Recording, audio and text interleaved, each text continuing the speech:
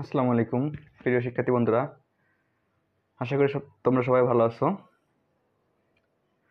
আমার সাউন্ডটা ক্লিয়ার কিনা তোমরা একটু জানাবা। সবাই কেমন আছো কমেন্ট করে জানাবা তোমরা কেমন আছো।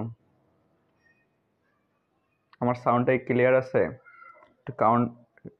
একটু কমেন্ট করে জানাও আমাকে কাইন্ডলি।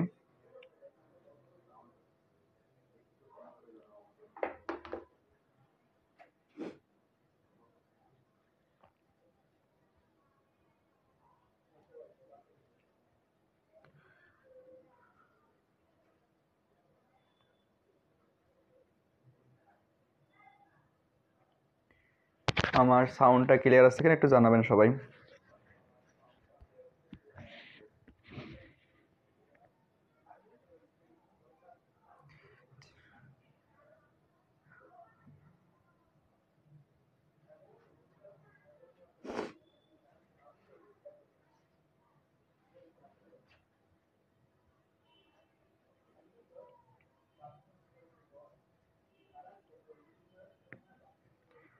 হ্যাঁ, সবাই দ্রুত ক্লাসে জয়েন হয়ে যান। আপনারা লাইভটা শেয়ার করে দেন এবং অন্যদেরকে লাইভে শেয়ার করে দিয়ে সবাই একসাথে জয়েন করে আমরা একসাথে ক্লাস করবো ইনশাল্লাহ। আমরা একসাথে আছি, আর যারা এখনো জয়েন হয় না তাদেরকে লাইভটা শেয়ার করে দিবেন। আর হচ্ছে আপনারা আমাকে শুনতে পাচ্ছেন কিনা একটু জানাবেন কাইন্ডলি। জি, ঠিক আছে, ওকে। আপনার লাইভটা একটু শেয়ার করে দেবেন এবং সবাই দ্রুত জয়েন হয়ে যাক। আমরা এখনই ক্লাসটা শুরু করবো ইনশাল্লাহ।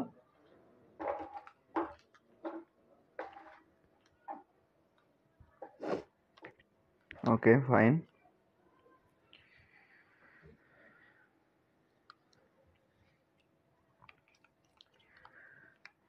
জি, সবাই কেমন আছেন? আবারও দেখা হলো সবার সাথে, আবারও কথা হবে। কমেন্টে সবাই কমেন্ট করবেন। আজকে আমরা সবাই একসাথে ক্লাস করবো ইনশাল্লাহ। আপনারা সবাই কমেন্ট করবেন, আজকে সবাই কমেন্ট করবেন।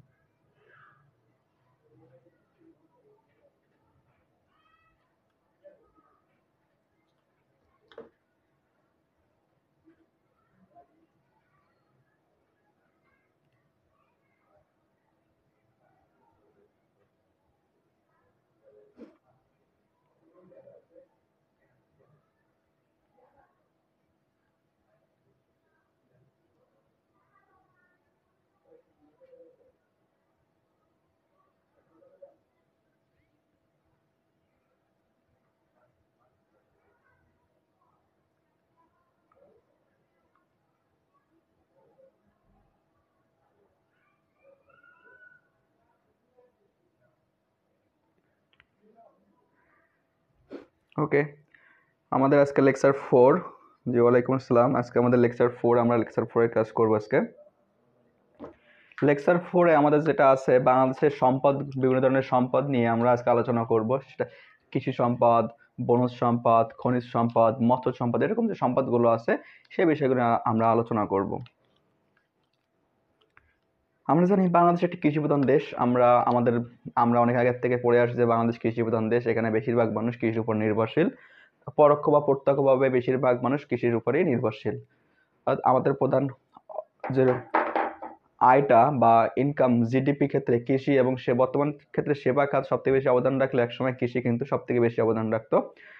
এখন এই যে বাংলাদেশে কৃষি সেক্টর বা খনিজ সেক্টর বা শিল্প সেক্টর কিভাবে উন্নতি হলো, কিভাবে কি হলো, সে বিষয়গুলো সম্পর্কে আমরা জানার চেষ্টা করব।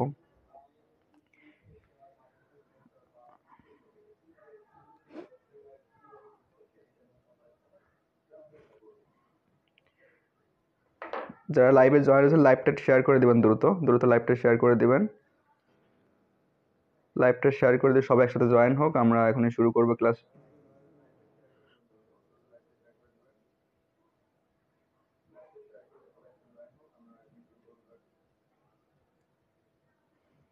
জি, ওকে। আমরা আজকে লেকচার শিট দিয়ে ক্লাস নেব, বইতে ক্লাস নেব না। লেকচার শিট আপনারা যারা ক্লাস করছেন আজকে ফিজিক্যালি, আর যারা পার নাই তারাও লেকচার শিট পেয়ে যাবেন। এবং আজকে যেগুলো ক্লাসে লিখে দেবো এই বিষয়গুলো লেখার চেষ্টা করবেন। পেজ দরকার নাই, আপনি জাস্ট যে জিনিসগুলো আমরা পড়বো খাতায় নোট করার চেষ্টা করবেন।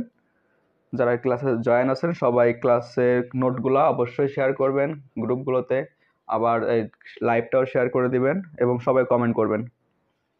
ওকে, আমাদের দেশ কৃষিপ্রধান দেশ, আমাদের প্রধান হচ্ছে কৃষির উপর নির্ভরশীল। আমরা এই বাংলাদেশে কৃষির উপখাতকে 4 ভাগে ভাগ করা হয়। কৃষির উপখাতকে 4 ভাগে ভাগ করা হচ্ছে শস্য ও শাকসবজি,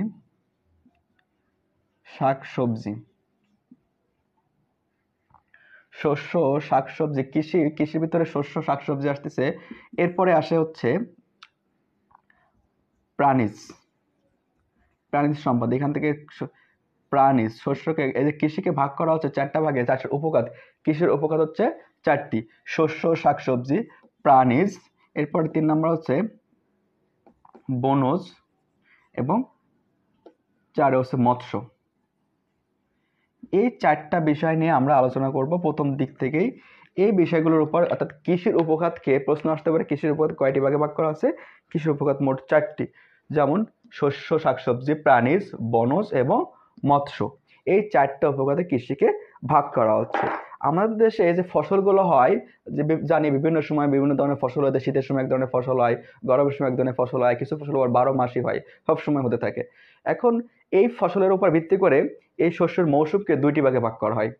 ফসল কখন উৎপাদিত হচ্ছে সেই উৎপাদিত সময়ের উপর ভিত্তি করে 2টি ভাগে ভাগ করা হয়। একটা হচ্ছে খরিফ শস্য, একটা রবি শস্য বলা হয়। শীতকালীন যে শস্যগুলো আমরা সহজে মনে রাখবো, শীতকালীন যে শস্যগুলো এটাকে বলা হয় রবি শস্য, আর অন্য সময় যে শস্যগুলো হয় তাকে বলা হয় খরিফ শস্য। তাহলে 2 ভাগে ভাগ করা হচ্ছে। কি, একটা হচ্ছে রবি শস্য আর একটা খরিফ শস্য। বা শীতের সময় যে সবজিগুলো বা ফসল উৎপাদন করা হয় এটাকে বলা হয় রবি শস্য, আর অন্য মৌসুমে যে ফসলগুলো হয় তাকে বলা হচ্ছে খরিফ শস্য। জি, বাংলাদেশে যেহেতু আমরা কৃষি নিয়ে পড়তেছি, বাংলাদেশে কৃষি দিবস আছে।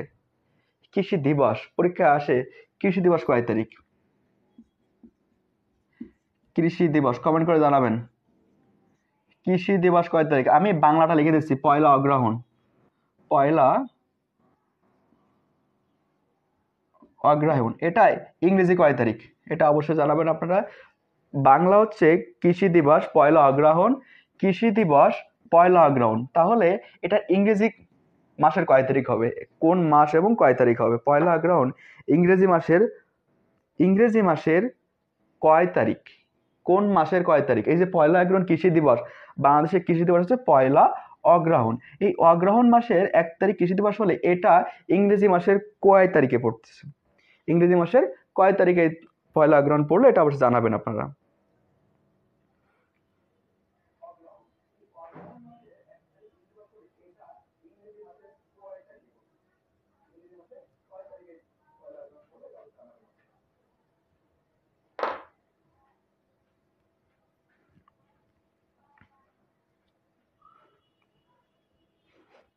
জি, আপনারা কমেন্ট করে জানাবেন, দ্রুত কমেন্ট করে জানাবেন যে কৃষি দিবস কয় তারিখ। কৃষি দিবস কয় তারিখ?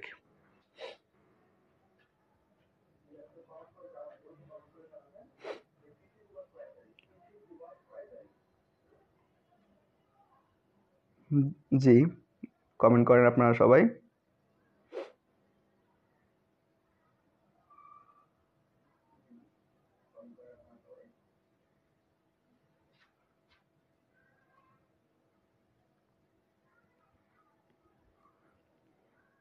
আমি একটা হিন্টস দিয়ে দেই, কৃষি দিবস হচ্ছে এখন বর্তমান চলে নভেম্বর মাস, এই নভেম্বর মাসে যে কোনো একটা তারিখ হবে কৃষি দিবস।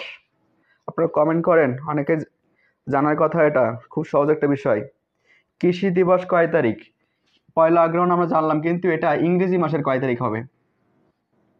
ইংরেজি মাসের কয় তারিখ হবে?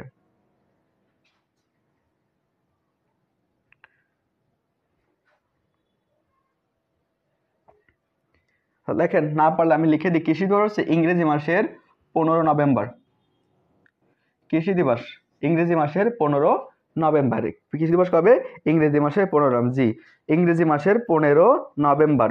বাংলা হচ্ছে 1 অগ্রহায়ণ, কিন্তু ইংরেজি মাসের 15 নভেম্বর। জি, ধন্যবাদ আপনাদের কমেন্ট করছেন। জি, 15 নভেম্বর, 14 নভেম্বর না, 15 নভেম্বর। নভেম্বর 15 তারিখ, জি ধন্যবাদ।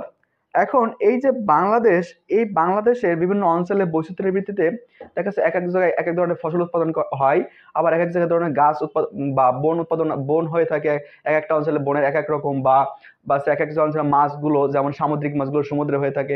এরকম বিভিন্ন বিষয়গুলো নিয়ে আলোচনা করা হবে আজকে। আমরা কোন বিষয়গুলো কোন জায়গায় আছে সেই বিষয়গুলো আমরা আলোচনা করব। দেখা যাচ্ছে যে বাংলাদেশে যে ফসলগুলো উৎপাদন করা হচ্ছে সেই ফসলের যে সামগ্রিক যে বিষয়গুলো আছে, তাহলে সেটা জানলাম আমরা যে দুই ভাগে ভাগ করা হয়, একটা রবি শস্য আর খরিফ শস্য। এর পরবর্তীতে আমরা জানবো হচ্ছে মৎস্য নিয়ে। বাংলাদেশ, আমরা জানি মাছে ভাতে বাঙালি, আমরা জানি মাছে ভাতে বাঙালি। আমরা কৃষির আরো ফসলগুলো নিয়ে পরবর্তীতে আলোচনা করব, যে কোন অঞ্চলে কোন বিষয়গুলো হয় সেটা নিয়ে আমরা আলোচনা করব। দেখো, আমরা বলি বাংলাদেশ হচ্ছে মাছে ভাতে বাঙালি। এই মাছে ভাতে বাঙালি, আমাদের দেশে অনেক ধরনের মাছ উৎপাদন করা হয়। এখন এই মাছের যে উৎপাদনের উৎস, সেই হিসাবে কিছু মাছ প্রাকৃতিক উৎস, নদী নালা খাল বিল এই জলাশয়, এগুলোকে বলা হয় প্রাকৃতিক উৎস। আবার কিছু মাছ চাষ করা হয়, কিছু মাছ চাষ করা হয়, যেমন জলাশয়ে বিভিন্ন পুকুরে বা হ্যাচারিতে এগুলো মাছগুলো চাষ করা হয়। সেক্ষেত্রে দুই ভাগে ভাগ করা হচ্ছে যে চাষের মাছের দিক দিয়ে। বাংলাদেশ বিশ্বে চাষের মাছের দিক দিয়ে হচ্ছে পঞ্চম। চাষের মাছের দিক দিয়ে, চাষের মাছের দিক থেকে উৎপাদনে বাংলাদেশ অবস্থান হচ্ছে পঞ্চম বিশ্বে। এবং প্রাকৃতিক যে উৎসগুলো আছে, এই উৎসের মাছের দিক থেকে উৎপাদনের দিক দিয়ে এটার অবস্থান হচ্ছে তৃতীয়। তাহলে চাষের মাছের দিক দিয়ে বাংলাদেশের অবস্থান হচ্ছে পঞ্চম, এবং প্রাকৃতিক যে জলাশয়গুলো আছে এই দিক দিয়ে বাংলাদেশের অবস্থান হচ্ছে তৃতীয়। প্রাকৃতিক যে উৎসগুলো আছে, এখান থেকে যে মাছগুলো পাওয়া যায় সেদিক দিয়ে, অর্থাৎ প্রাকৃতিক উৎস থেকে তৃতীয় এবং চাষের মাছের দিক দিয়ে পঞ্চম। এখন প্রশ্ন আসতে পারে, শুধু এটা উল্লেখ না করে বলতে পারে মাছ উৎপাদনে বাংলাদেশের অবস্থান কত, মাছ উৎপাদনে বাংলাদেশের অবস্থান কত। তাহলে দেখো, সহজে মনে রাখবা, একটা 5 একটা 3, তাহলে দুইটা গড় করলে আমরা পাই 4। মাছ উৎপাদনে বিশ্বে বাংলাদেশের অবস্থান হচ্ছে চতুর্থ। মাছ প্রাকৃতিক এবং জলাশয়ের প্রাকৃতিক উৎস এবং চাষের মাছের দিক দিয়ে প্রাকৃতিক উৎস এবং চাষের মাছের দিক দিয়ে বাংলাদেশের বিশ্ব অবস্থান হচ্ছে চতুর্থ। জি ধন্যবাদ সবাইকে, কমেন্ট করছো তারা সবাই, ধন্যবাদ। লাইভটা সবাই শেয়ার করে দিবা। এখন আমরা পড়বো হচ্ছে বাংলাদেশের এই যে মাছগুলো উৎপাদন করা হয়, যে উৎস আমরা পড়লাম, একটা প্রাকৃতিক উৎস, একটা হচ্ছে চাষের মাছ। এখন প্রাকৃতিক উৎসের ভিতরে নদী নালা খাল বিল সমুদ্র জলাশয় সবই কিন্তু অবস্থান করে আছে। সেদিক দিয়ে বাংলাদেশে যে মাছগুলো উৎপাদন করা হয়, বাংলাদেশে একটা মজার বিষয় হচ্ছে বিশ্বের মাত্র 11টি দেশে ইলিশ মাছ পাওয়া যায়। বিশ্বের মাত্র 11টি দেশে ইলিশ মাছ উৎপাদন হয়। বিশ্বের 11টি দেশে ইলিশ মাছ উৎপাদন হয়ে থাকে। এই 11টি দেশে ইলিশ মাছ উৎপাদনের ভিতরে বিশ্বের মোট 86%, মোট ইলিশের 86% উৎপাদন হয় বাংলাদেশে। বিশ্বের মোট 11টি দেশে ইলিশ মাছ উৎপাদন হয়, এবং এই 11টি দেশের ভিতরে 86% মাছ উৎপাদন হয় বাংলাদেশে, ইলিশ মাছ। কিন্তু আমরা আসলে মাছটা পাই না, কিন্তু যে আমাদের দেশে এত মাছ উৎপাদন হচ্ছে বিশ্বের ভিতরে, কিন্তু আমরা ইলিশ মাছটা পাচ্ছি না বিভিন্ন কারণে। যাই হোক, এদিকে আমরা না যাই। তাহলে এই বিশ্বের মোট ইলিশের 86%ই কিন্তু বাংলাদেশে উৎপাদন করা হয়ে থাকে। বাংলাদেশের পদ্মা বা বরিশালের যে নদীগুলো আছে এবং বঙ্গোপসাগর, এই অঞ্চল দিয়ে ইলিশ মাছ পাওয়া যায়। এবং এই ইলিশ খুবই সুস্বাদু একটা মাছ, আমরা সবাই জানি। এবং ইলিশের শরীরে থাকে ফ্যাটি অ্যাসিড। প্রশ্ন আসতে পারে, ইলিশের শরীরে কোন ধরনের অ্যাসিড থাকে? এবং ওমেগা 3 ফ্যাটি অ্যাসিড। ইলিশের শরীরে ফ্যাটি অ্যাসিড থাকে, ফ্যাটি অ্যাসিড এবং ওমেগা 3 এই দুটো উপাদান আমাদের শরীরের জন্য খুবই উপকারী, এটা মনে রাখতে হবে। ফ্যাটি অ্যাসিড এবং ওমেগা 3, ফ্যাটি অ্যাসিড এবং ওমেগা 3, ইলিশের শরীরে ফ্যাটি অ্যাসিড এবং ওমেগা 3 নামে দুইটা পদার্থ থাকে, যেটা আমাদের শরীরের জন্য খুবই উপকারী, এটা মনে রাখতে হবে।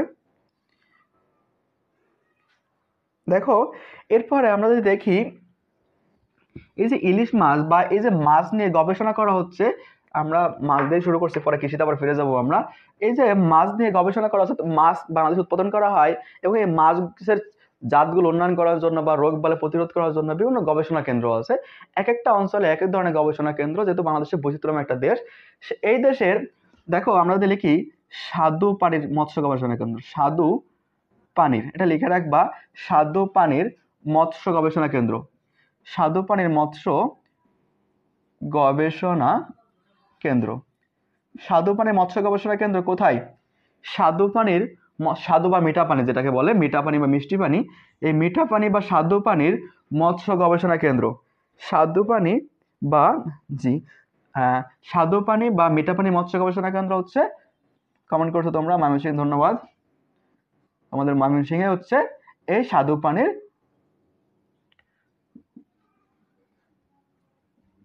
ময়মনসিংহ, স্বাদু পানি বা মিঠা পানির মৎস্য গবেষণা কেন্দ্র ময়মনসিংহ। স্বাদু পানি বা মিঠা পানির যে মৎস্য গবেষণা কেন্দ্র এটা আছে ময়মনসিংহ। আমরা দেখি লোনা পানি, আমরা জানি বাংলাদেশের দক্ষিণাঞ্চল অর্থাৎ সমুদ্র তীরবর্তী অঞ্চলগুলো লবণাক্ত, তাহলে এই অঞ্চলেই হবে লোনা পানির মৎস্য গবেষণা কেন্দ্র। লোনা পানির মৎস্য গবেষণা কেন্দ্র খুলনা, লোনা পানির মৎস্য গবেষণা কেন্দ্র হচ্ছে খুলনা, খুলনার পাইকগাছা উপজেলা। এই খুলনা হচ্ছে লোনা পানির, লবণাক্ত যে পানিগুলো মাছগুলো হয়ে থাকে লবণাক্ত পানিতে, সব মাছ কিন্তু সব জায়গায় হয় না। যেমন ইলিশ মাছ কিন্তু পুকুরে আমরা যদি এনে ছেড়ে দিই তারপরে কিন্তু ইলিশ মাছটা বাঁচবে না, এটা যে পরিবেশ এবং পানির যে অবস্থা, লবণাক্ত পানি এটা কিন্তু লাগবে। আবার অনেক মাছ আছে যেগুলো সামুদ্রিক মাছ লবণাক্ত পানিতে থাকে, এগুলো কিন্তু মিঠা পানিতে বাঁচবে না। তাহলে এক একটা ধরনের এক মাছের এক এক ধরনের পরিবেশ লাগে, সেদিক দিয়ে আমরা দেখলাম যে লোনা পানির মৎস্য গবেষণা কেন্দ্র হচ্ছে খুলনা। একইভাবে আমরা দেখি, আমরা জানি চিংড়ি, চিংড়ি খুবই দামি একটা মাছ। এই চিংড়িকে বলা হয়, চিংড়ির একটা নাম আছে, চিংড়িকে কি বলে তোমরা কমেন্ট করে জানাও, চিংড়িকে কি বলে, চিংড়িকে কি বলা হয়, বাংলাদেশের চিংড়িকে কি বলা হয়, বাংলাদেশের চিংড়িকে কি বলা হয়, এটা নাম আছে, উপনাম আছে চিংড়ির, এটাকে কি বলা হয়, চিংড়ির নাম কি, কি বলে এটাকে?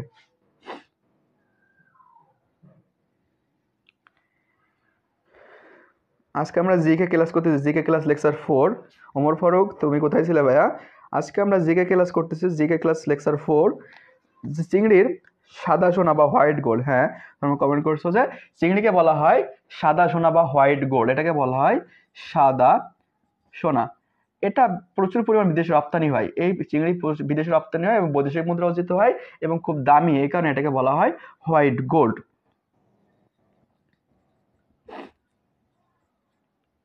হোয়াইট গোল্ড বা চিংড়িকে বলা হচ্ছে হোয়াইট গোল্ড। এবং এই চিংড়ি গবেষণা কেন্দ্র, চিংড়ি মাছ নিয়ে যে গবেষণা কেন্দ্র আছে এটা হচ্ছে বাগেরহাট, চিংড়ি গবেষণা কেন্দ্র বাগেরহাট। এখন আমরা যদি দেখি আরো অনেক ধরনের মাছ পাওয়া যায় বাংলাদেশে, সামুদ্রিক মাছ গবেষণা কেন্দ্র, সমুদ্রে যে মাছগুলো হয়ে থাকে সেই বিষয়গুলোর জন্য সামুদ্রিক মাছ গবেষণা কেন্দ্র,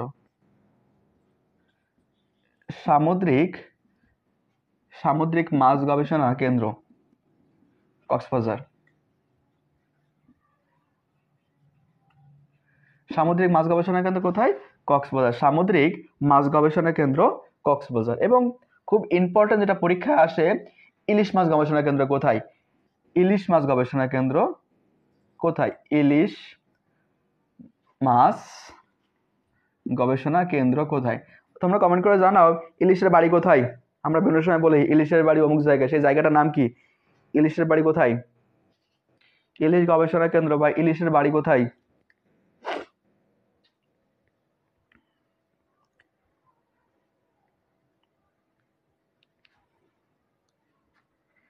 জি চাঁদপুর, কমেন্ট করছো তাসলিমা। ইলিশের বাড়ি চাঁদপুর, ইলিশের বাড়ি হচ্ছে চাঁদপুর। তাহলে ইলিশ গবেষণা কেন্দ্র চাঁদপুর, আমরা পড়বো ইলিশের বাড়ি চাঁদপুর, এইভাবে মনে রাখবো। তাহলে ইলিশ গবেষণা কেন্দ্র চাঁদপুর, বাংলাদেশের চাঁদপুরে ইলিশ গবেষণা কেন্দ্র অবস্থিত। এই কয়েকটা লিখলাম, এগুলো খুব বেশি ইম্পর্টেন্ট, এগুলো পড়লেই হবে। এটা তোমরা ভালো করে মনে রাখবা যে মাছ সম্পর্কে এখান থেকে প্রশ্ন হতে পারে। বাংলাদেশে যে মৎস্য গবেষণা আছে এই মৎস্য গবেষণা থেকে কোশ্চেন হতে পারে যে কোনটা কোন অঞ্চলে অবস্থিত।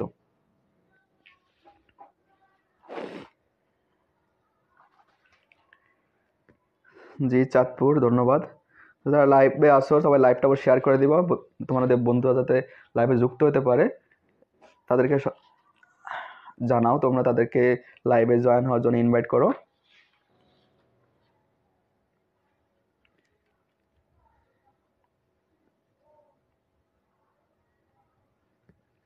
জি, আমরা এখন দেখবো হচ্ছে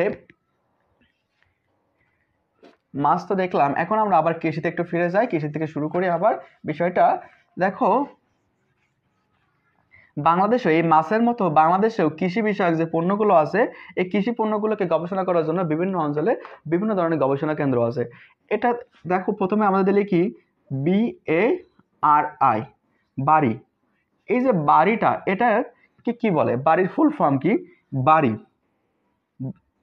বাড়ি কি জিনিস তোমরা কি কেউ জানো বাড়ি কি? এটা কিন্তু বাড়ি না, এটা হচ্ছে বাড়ি, BARI, Bangladesh agriculture research institute, Bangladesh agriculture research institute, এটাকে বলা হচ্ছে BARI, Bangladesh agriculture research institute. এই BARI, প্রশ্ন হবে BARI বাড়ি কোন জায়গায়? বাড়ি হচ্ছে জয়দেবপুর, জয়দেবপুর, জয়দেবপুর গাজীপুর। প্রশ্ন আসতে পারে তাহলে এটা ফুল ফর্ম কি? Bangladesh agriculture research institute. এটা অবস্থিত কোথায়? জয়দেবপুর গাজীপুর। এটার মতো আরেকটাই আছে BRRI, ব্রি। আমরা বিভিন্ন সময় বিভিন্ন জাতের ফসল এবং ধানের ক্ষেত্রে এরকম ধানের নামের আগে এই ওয়ার্ডগুলো কিন্তু যুক্ত থাকে, ব্রি, বাড়ি, বিনা, এরকম কিন্তু বিভিন্ন ওয়ার্ড যুক্ত থাকে। অর্থাৎ এই ফসলগুলো এই গবেষণা কেন্দ্র থেকে নতুন জাত উদ্ভাবন করা হয়েছে, যার কারণে যেখান থেকে যেটা উদ্ভাবন করা হয় সেই ফসলের নামের আগে এই সংক্ষিপ্ত ওয়ার্ডটা ইউজ করা হয়। কোথাও বিনা লেখা থাকে, কোথাও বিড়ি লেখা থাকে, কোথাও বাড়ি লেখা থাকে। এই ওয়ার্ডগুলো কিন্তু এই ফসলের নামের আগে যুক্ত করা হয়, অর্থাৎ এই জিনিসগুলোতে যেটা যে প্রতিষ্ঠান থেকে উদ্ভাবন করা হয়েছে বা জাতটা তৈরি করা হয়েছে তার নামের আগে এটা তৈরি করা থাকে। একইভাবে BRRI, Bangladesh rice research institute, Bangladesh rice research institute, এটা অবস্থিত জয়দেবপুর গাজীপুর। দেখো দুইটা জিনিসই, বাড়ি এবং বাড়ি, বিড়ি এবং বাড়ি, বাড়ি এবং বিড়ি দুইটাই হচ্ছে জয়দেবপুর গাজীপুর, দুইটা পাশাপাশি। গাজীপুর চৌরাস্তা থেকে তার পাশে হচ্ছে দুইটা পাশাপাশি হচ্ছে বিড়ি এবং বাড়ি, দুইটা গবেষণা কেন্দ্র। বাংলাদেশ এগ্রিকালচার কৃষি গবেষণা কেন্দ্র, একটা বাংলাদেশ ধান গবেষণা কেন্দ্র, একটা কৃষি গবেষণা কেন্দ্র। কৃষি গবেষণা কেন্দ্রের ভিতরে কিন্তু ধান গবেষণা হয়ে থাকে, বিভিন্ন ধরনের ফসল। অর্থাৎ এই রাইসের ভিতরে শুধুমাত্র রাইস নিয়ে গবেষণা করা হবে, কিন্তু এই এগ্রিকালচারের ভিতরে শুধু রাইস না, কৃষি সম্পর্কিত যা আছে সবই গবেষণা করা হয়ে থাকে।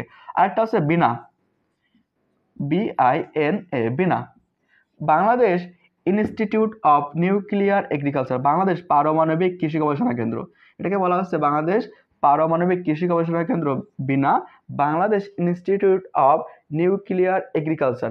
এটা অবস্থিত কৃষি বিশ্ববিদ্যালয়, ময়মনসিংহ, বাংলাদেশ কৃষি বিশ্ববিদ্যালয়, আমরা সঙ্গে দেখতে পারি বাকিবি, ময়মনসিংহ।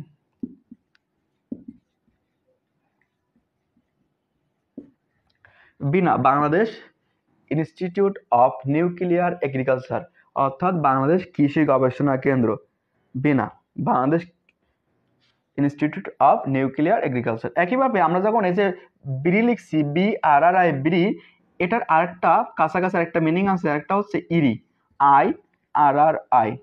তাহলে ইরির বিরি যদি বাংলাদেশ রাইস রিসার্চ ইনস্টিটিউট হয়, তাহলে ইরি অর্থ কি? তোমরা বলো ইরি অর্থ কি? ইরি অর্থ কি? IRRI, IRRI, এর অর্থ কি? ইরি অর্থ কি?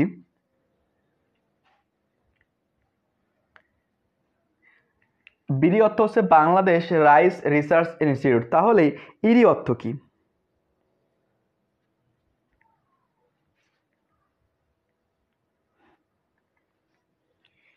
ইরি শব্দের অর্থ কি?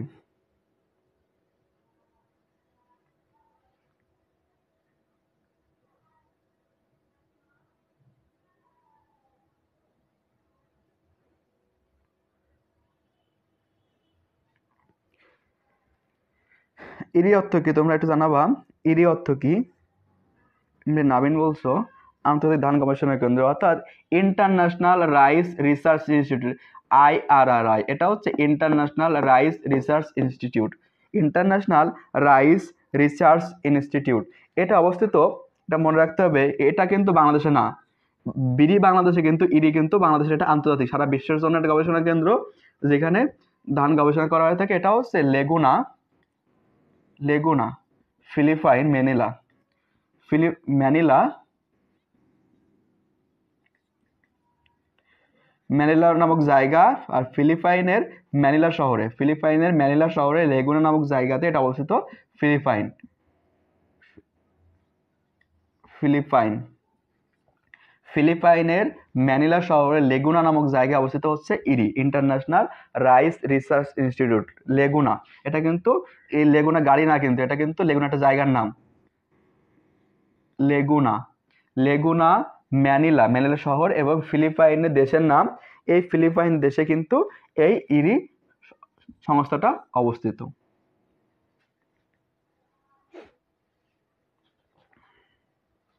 জি ধন্যবাদ, তোমরা কমেন্ট করছো, সবাই সবাই কমেন্ট করবো, যারা লাইভে আছো অবশ্যই সবাই কমেন্ট করবা। একবার কমেন্ট করলে এই জিনিসটা তোমরা ভুলবা না, যে কমেন্ট করলে তো কষ্ট হচ্ছে বা কমেন্ট কেন করবো, এই জিনিসটা তোমরা ভুলবা না। যখন আমার সাথে ক্লাস করবা, যাচ্ছে তোমরাও লিখতেছো, আমিও লিখতেছি, তোমরা লিখতেছো, এক্ষেত্রে এক জিনিস বারবার লেখা হইলে এই জিনিস মানুষ কিন্তু কম ভুল করে।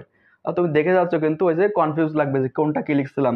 তো আমার সাথেও লিখবা, তাহলে কমেন্ট করে জানাবা, তাহলে জিনিসগুলো কিন্তু তোমাদের মনে থাকবে বেশি।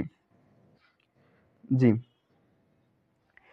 এরপরে দেখো আরেকটা প্রতিষ্ঠান আছে BADC, BADC, BADC, Bangladesh agriculture development corporation সংস্থা। এটা Bangladesh agriculture development corporation, Bangladesh কৃষি উন্নয়ন কর্পোরেশন যেটাকে বলা হচ্ছে, বাংলাদেশ কৃষি উন্নয়ন, BADC, Bangladesh agriculture development corporation বা কৃষি উন্নয়ন কর্পোরেশন, কৃষি উন্নয়ন যেটাকে বলা হচ্ছে, এটা কৃষি উন্নয়নের জন্য কাজ করে থাকে। তাহলে বাংলাদেশ এগ্রিকালচার ডেভেলপমেন্ট কর্পোরেশন, এটা হচ্ছে মেন যে বিষয়গুলো আমরা পড়লাম, এখান থেকে প্রশ্ন হতে পারে। তাহলে এটা হচ্ছে বিভিন্ন কেন্দ্র, এবং বাংলাদেশে যে কৃষি পণ্যগুলো হয়ে থাকে, এই প্রত্যেকটা পণ্যের জন্য, প্রত্যেকটা ফসলের জন্য আলাদা আলাদা কিন্তু গবেষণা কেন্দ্র আছে। সে বিষয়গুলো আমরা জানার চেষ্টা করব। এখন এখান আশা করি এতটুকু, যতটুকু পড়ানো হয়েছে এতটুকু কিন্তু ক্লিয়ার।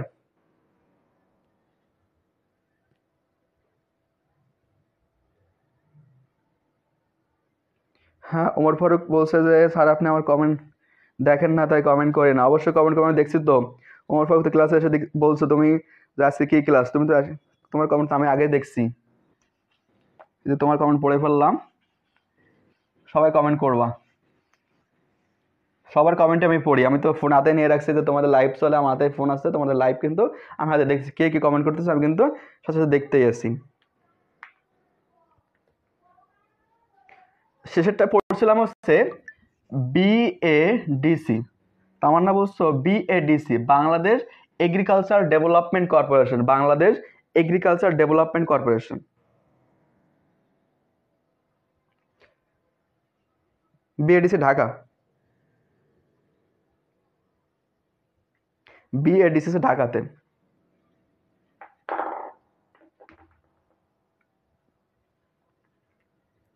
দেখো এই যে বাংলাদেশে প্রাকৃতিকভাবে বাংলাদেশে অনেক ধরনের ফসল উৎপাদন করা হয়ে থাকে। বাংলাদেশে একটা জেলাকে বলা হয় শস্যের ভান্ডার। বাংলাদেশের কোন জেলাকে শস্য ভান্ডার বলা হয়, তোমরা কি বলতে পারবা? বাংলাদেশের কোন জেলাকে শস্য ভান্ডার বলে? বাংলাদেশের কোন জেলাকে শস্য ভান্ডার বলা হয়ে থাকে? তোমরা যদি জানো তাহলে কমেন্ট করে জানো। বাংলাদেশের এই যে ফসল উৎপাদন করা হচ্ছে, বিভিন্ন ধরনের ফসল উৎপাদন করা হয়, সেদিক দিয়ে বাংলাদেশের একটা জেলাকে বলা হয় শস্য ভান্ডার। বাংলাদেশের কোন জেলাকে শস্য ভান্ডার বলে?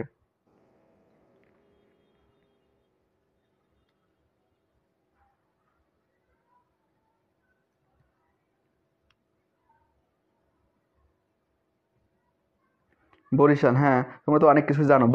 বাংলাদেশের বরিশালকে বলা হয় শস্য ভান্ডার। আবার এই বরিশাল একটা হচ্ছে বাংলার ভেনিস বলা হয়, বরিশালকে বলা হয় বাংলার ভেনিস। এটা পরীক্ষা আসতে পারে, কোন জেলাকে বাংলার ভেনিস বলা হয়? ভেনিস শহরটা হচ্ছে ইতালির একটা শহর। এই ভেনিসের চারি সাইড দিয়ে প্রচুর অনেকগুলো নদী এই শহরের। একইভাবে বরিশালে দেখা যাচ্ছে আনাচে কানাচে চারিদিক দিয়ে নদী, সাইড বা বরিশালে পরে যেহেতু সমুদ্র, কুয়াকাটা সমুদ্র সৈকত ওদিক দিয়ে পটুয়াখালী, ওই দিক দিয়ে প্রচুর নদী, এই জন্য এই কুয়াকাটাকে বরিশালকে বলা হয় বাংলার ভেনিস। এটাকে বলা হচ্ছে বাংলা শস্য ভান্ডার, আবার বরিশালকে বলা হয় বাংলার ভেনিস। জি ধন্যবাদ ওমর ফারুক। বরিশাল, সুস্মিতা বলছে হ্যাঁ বরিশাল, ঠিক আছে, ধন্যবাদ। তাহলে এই যে বাংলাদেশে আমরা দেখলাম যে কৃষি নিয়ে যে কতগুলো প্রশ্ন হতে পারে, আমরা এই বিষয়গুলো দেখলাম। এখান থেকে কিছু কিছু ফসলের নাম পরীক্ষায় আসে। বাংলাদেশে ফসলগুলো উৎপাদন করা হয়, এই যে বিভিন্ন প্রতিষ্ঠান থেকে যে ফসলগুলো তৈরি করা হচ্ছে, ফসলে কিন্তু বিভিন্ন নাম দেওয়া হয়ে থাকে। যেমন পরীক্ষায় যে প্রশ্নগুলো আসতে পারে তার ভিতরে ইম্পর্টেন্ট হচ্ছে কিছু কিছু নাম, যেমন বর্ণালী শুভ্রা। বর্ণালী পরীক্ষা আসতে পারে, বর্ণালী এবং শুভ্রা কিসের নাম? বর্ণালী এবং শুভ্রা, বর্ণালী পরীক্ষা আসতে পারে, বর্ণালী কিসের কিসের নাম? বর্ণালী একটা ফসলের নাম, বর্ণালী কিসের নাম তোমরা বলো তো? বর্ণালী কি, কোন ধরনের ফসলের জাতের নাম হচ্ছে বর্ণালী? বর্ণালী এবং শুভ্রা দুটো জাত আছে, বর্ণালী এবং শুভ্রা।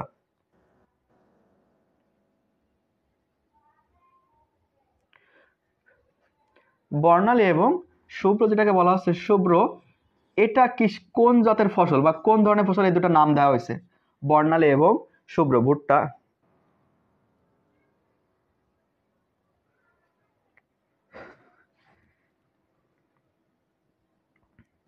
না, আমি অন্য কোথাও অন্য সাইটে কোচিং করে না ওমর ফারুক, আমি এখানে তোমার ফিজিক্যালি ক্লাস করতে পারো, তোমরা প্রতিদিন লাইভে আমাদের প্রতি সপ্তাহে ক্লাস হয় কোয়ান্টাম নার্সিং কোচিংয়ে, তোমরা এখানে জয়েন হলেই ক্লাস করতে পারবা।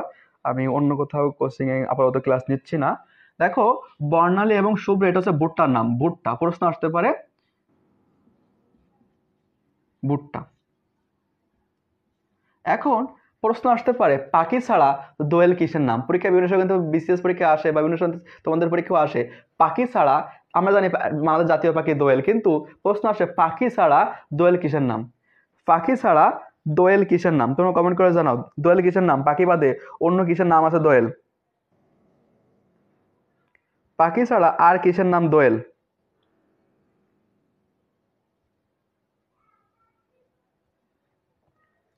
পাখি ছাড়া, হ্যাঁ গম, ধন্যবাদ। মেঘলা আকাশ, নাবিন, ফারজানা তোমরা বলছো পাখি ছাড়া, তাহলে দোয়েল কিন্তু দোয়েল এবং সোনালিকা, দোয়েল, দোয়েল এবং সোনালিকা, সোনালিকা এই দুটা কিন্তু গমের জাতের নাম, খুব ইম্পর্টেন্ট মনে রাখতে হবে, দোয়েল এবং সোনালিকা এই দুটা কিন্তু গমের জাতের নাম। এটা পরীক্ষা আসতে পারে, এই দুটা খুবই ইম্পর্টেন্ট তোমাদের জন্য পড়তে হবে। এরপরে পরীক্ষা আসতে পারে ল্যাংড়া কিসের নাম? তোমার ল্যাংড়া না ম্যাক্সিমাম সময় শুনে ল্যাংড়া কিসের নাম? ল্যাংড়া কিন্তু মানুষ না, এটা একটা ফসলের নাম। ল্যাংড়া কিসের নাম? ল্যাংড়া বলতে কিন্তু সেই জিনিসটা ল্যাংড়া না, বা তার হাত পা যে ল্যাংড়া এরকম কিন্তু না। ল্যাংড়া কিসের নাম তোমরা এটা কমেন্ট করে জানাও, ল্যাংড়া কিসের নাম? হ্যাঁ ল্যাংড়া আম, ধন্যবাদ। নাবিন কমেন্ট করছো, ফারহান, সাব্বির, হ্যাঁ ল্যাংড়া কিন্তু আমের নাম, ল্যাংড়া একটা আমের জাতের নাম ল্যাংড়া, এটা খুব আসতে পারে পরীক্ষায়, ল্যাংড়া। এরপর আছে সুমাত্রা এবং ম্যানিলা। সুমাত্রা, সুমাত্রা এবং ম্যানিলা এটা কিসের নাম? এই দুটো পরীক্ষা আসতে পারে, সুমাত্রা এবং ম্যানিলা। আমি যেগুলো লিখে দেবো বাসায় এগুলো ভালো করে পড়বা। সুমাত্রা এবং ম্যানিলা কিসের নাম? সুমাত্রা এবং ম্যানিলা কিসের নাম? সুমাত্রা এবং ম্যানিলা কিসের নাম? তামাক, ধন্যবাদ, তোমরা খুবই ফাস্ট। সুমাত্রা এবং ম্যানিলা হচ্ছে তামাকের জাত, সুমাত্রা এবং ম্যানিলা। এরপরে অমৃতসাগর এবং অগ্নিশ্বর ও অমৃতসাগর, দেখো কলার দুটো জাত আছে, কলার দুটো জাত আছে, অমৃতসাগর এবং অগ্নিশ্বর। তোমাদের কাছে যারা শীট আছে সেটা অবশ্যই মার্ক করে নিবা, আমি এখান থেকে তোমরা শীটে থাকতে বিষয়গুলো আছে শীটের ভিতরে। আর হচ্ছে যারা লিখতেছো অবশ্যই লিখে ফেলবা, কলা, অগ্নিশ্বর এবং অমৃতসাগর, অমৃতসাগর। আমি যেগুলো লিখে দেবো এগুলো কিন্তু খুবই ইম্পর্টেন্ট, অমৃতসাগর এবং অগ্নিশ্বর, অগ্নিশ্বর এই বিষয়গুলো কিন্তু এই পরীক্ষা দুটো আসতে পারে। কলা জাতের নাম হচ্ছে অমৃতসাগর এবং অগ্নিশ্বর। জি কলা, ধন্যবাদ। এই যে নামগুলো আমি বলে দিলাম, আরেকটা জিনিস আসতে পারে ডায়মন্ড। ডায়মন্ড কিসের নাম? ডায়মন্ড কি আমাদের যে ডায়মন্ড পরিধান করি বিভিন্ন ক্ষেত্রে, ডায়মন্ড আমরা সাজসজ্জায় ব্যবহার করি, ডায়মন্ড এছাড়া আর কিসের নাম আছে ডায়মন্ড? ডায়মন্ড আর কিসের নাম? ডায়মন্ড কিন্তু আমরা খেয়ে ফেলি। ডায়মন্ড কিন্তু যে আমরা পরিধান করি ঠিক আছে, কিন্তু আমরা একটা ডায়মন্ড আছে যে ডায়মন্ডটা আমরা খেয়ে ফেলি, সেই ডায়মন্ডটা কিসের নাম? জি ওমর ফারুক, তুমি ফার্স্ট কবি। ওমর ফারুক কমেন্ট করছে যে হ্যাঁ ডায়মন্ড হচ্ছে আলুর জাতের নাম ডায়মন্ড। ডায়মন্ড কিন্তু এটা আমরা খেয়ে ফেলি, এটা কিন্তু আমরা পরিধান করি না বা সাজসজ্জায় ব্যবহার করি না। এই ডায়মন্ড কিন্তু আমরা খেয়ে ফেলি। ডায়মন্ড হচ্ছে আলুর জাতের নাম ডায়মন্ড। ডায়মন্ড, হল্যান্ড এগুলো কিন্তু আলুর জাতের নাম।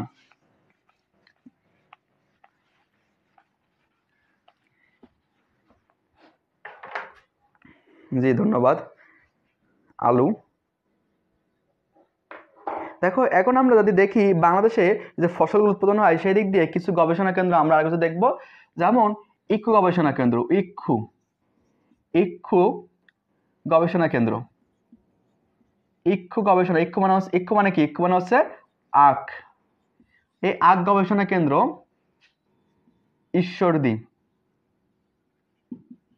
ঈশ্বরদী পাবনা। পাবনার ঈশ্বরদী হচ্ছে আখ গবেষণা কেন্দ্র। আখ এবং ডাল, আখ এবং ডাল গবেষণা কেন্দ্র হচ্ছে দুইটাই ঈশ্বরদী পাবনা। ইক্ষু গবেষণা কেন্দ্র আর ডাল গবেষণা কেন্দ্র দুইটাই আছে পাবনাতে। আখ, হ্যাঁ আখ ইক্ষু হচ্ছে আখ গবেষণা কেন্দ্র, যেটা ঈশ্বরদী, এবং ডাল, ডাল গবেষণা কেন্দ্র দুইটাই, আখ এবং ডাল গবেষণা কেন্দ্র দুইটাই হচ্ছে পাবনা। এরপরে আসতে পারে মশলা গবেষণা কেন্দ্র। মশলা, আমরা বিভিন্ন মশলা ব্যবহার করি রান্নার ক্ষেত্রে, এই মশলা গবেষণা কেন্দ্র বগুড়া। মশলা গবেষণা কেন্দ্র বগুড়া। গম গবেষণা কেন্দ্র, গম গবেষণা কেন্দ্র হচ্ছে দিনাজপুর। গম গবেষণা কেন্দ্র দিনাজপুর।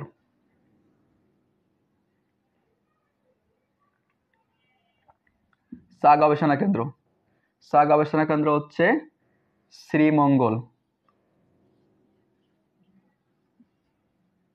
শ্রীমঙ্গল, শ্রীমঙ্গল মৌলভীবাজার। শ্রীমঙ্গল মৌলভীবাজার। চা গবেষণা কেন্দ্র, চা গবেষণা কেন্দ্র শ্রীমঙ্গল মৌলভীবাজার। শ্রীমঙ্গল মৌলভীবাজার চা গবেষণা কেন্দ্র। এরপরে খুব ইম্পর্টেন্ট পাট গবেষণা কেন্দ্র। পাট গবেষণা কেন্দ্র ঢাকা। পাট গবেষণা কেন্দ্র হচ্ছে ঢাকা ফার্ম গেট। যারা ফার্ম গেট গেছে ওখানে দেখবা আছে সংসদ ভবনের অপোজিটে ফার্ম গেট। ফার্ম গেট হচ্ছে ঢাকা ফার্ম গেট পাট গবেষণা কেন্দ্র। পাট গবেষণা কেন্দ্র কোথায়? পাট গবেষণা কেন্দ্র হচ্ছে ফার্ম গেট ঢাকা। ফার্ম গেট, ঢাকার ফার্ম গেট এলাকার যে ওখানে কিন্তু তোমার পাট গবেষণা কেন্দ্র। এই পাট গবেষণা করে পাটের জিনোম সিকোয়েন্স, পাটের জিনোম সিকোয়েন্স, জীবন রহস্য উন্মোচন করে বাংলাদেশের একজন বিজ্ঞানী। বাংলাদেশের একজন বিজ্ঞানী পাটকে গবেষণা করে এই জীবন রহস্য উন্মোচন করেন। পরীক্ষা আসতে পারে পাটের জীবন রহস্য উন্মোচন করেন কোন ব্যক্তি? পাটের জীবন রহস্য উন্মোচন করেন বিজ্ঞানী মাকসুদুল আলম।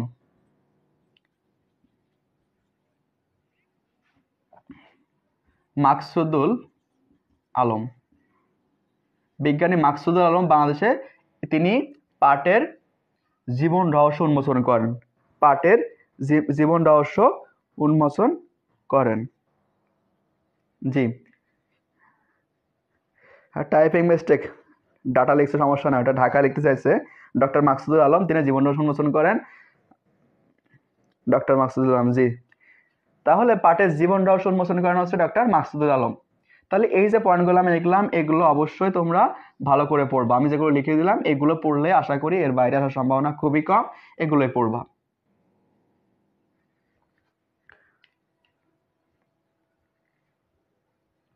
যে প্রতিদিন 7টার সময় লাইভ ক্লাস হয়, আগে 8টায় হতে, এখন থেকে আশা করি পেজে জানিয়ে দেওয়া হবে। আপনার পেজটা ফলো করবেন এবং লাইভটা শেয়ার করে দিবেন। আপনি পেজটা ফলো দিয়ে রাখলে লাইভ হলে আপনার কাছে নোটিফিকেশন যাবে প্রতিদিন কয়টায় লাইভ হয়। প্রতিদিন সন্ধ্যা 7টায় অথবা 8টার সময় লাইভ হয়। লাইভ ক্লাসে আমরা সবাই অংশগ্রহণ করি। এখান থেকে দেখা যাচ্ছে যে এই লাইভ ক্লাস যদি কেউ নিয়মিত করে, আশা করি তার কোচিং না করলেও সে নিয়মিত যদি লাইভ ক্লাসটা করে এবং বাসায় যদি সে নিয়মিত পড়ে, এখন কোচিংটা কেন দরকার হয়? তোমার যদি প্রপার গাইডলাইন এবং নিয়মিত পরীক্ষা দেওয়া, বাসায় বসে দেখা যাচ্ছে পরীক্ষা দেওয়া যায় না, বা বাসায় নিজেকে যাচাই করা যায় না, বা এসে অনেকের ভিতরে পরীক্ষা দিলে নিজেকে যাচাই করা যায়, সেখানে নিজের কোন জায়গায় আমার ঘাটতি আছে সেগুলো পূরণ করা যায়। সেক্ষেত্রে যারা এখনো কোচিংয়ে ভর্তি হয়নি তারা অবশ্যই কোচিংয়ে আসবে এবং সরাসরি ক্লাস করলে আরো অনেক কিছু জানতে পারবে বিষয়গুলো, যেহেতু এখানে অল্প সময়ের ভিতরে অনেক কিছু তোমার স্কিপ করতে হয়। তারপর আমরা চেষ্টা করি যে যে পয়েন্টগুলো না পড়ালে নয়, অর্থাৎ পরীক্ষায় যে বিষয়গুলো অবশ্যই আসে এবং বারবার পরীক্ষা আসে, ওই বিষয়গুলো আমরা এখানে দেখানোর চেষ্টা করি।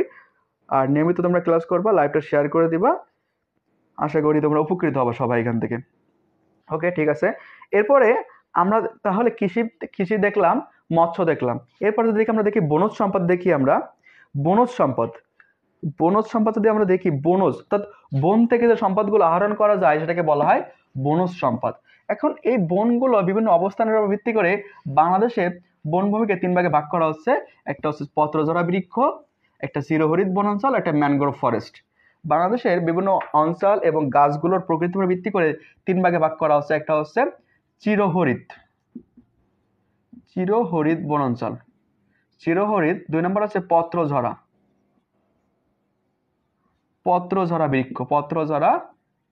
বৃক্ষ।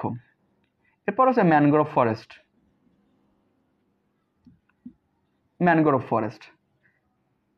এই ম্যানগ্রোভ ফরেস্ট এবং এই তাহলে দেখো চিরহরিৎ, আমরা জানি হরিৎ মানে হচ্ছে সবুজ। যে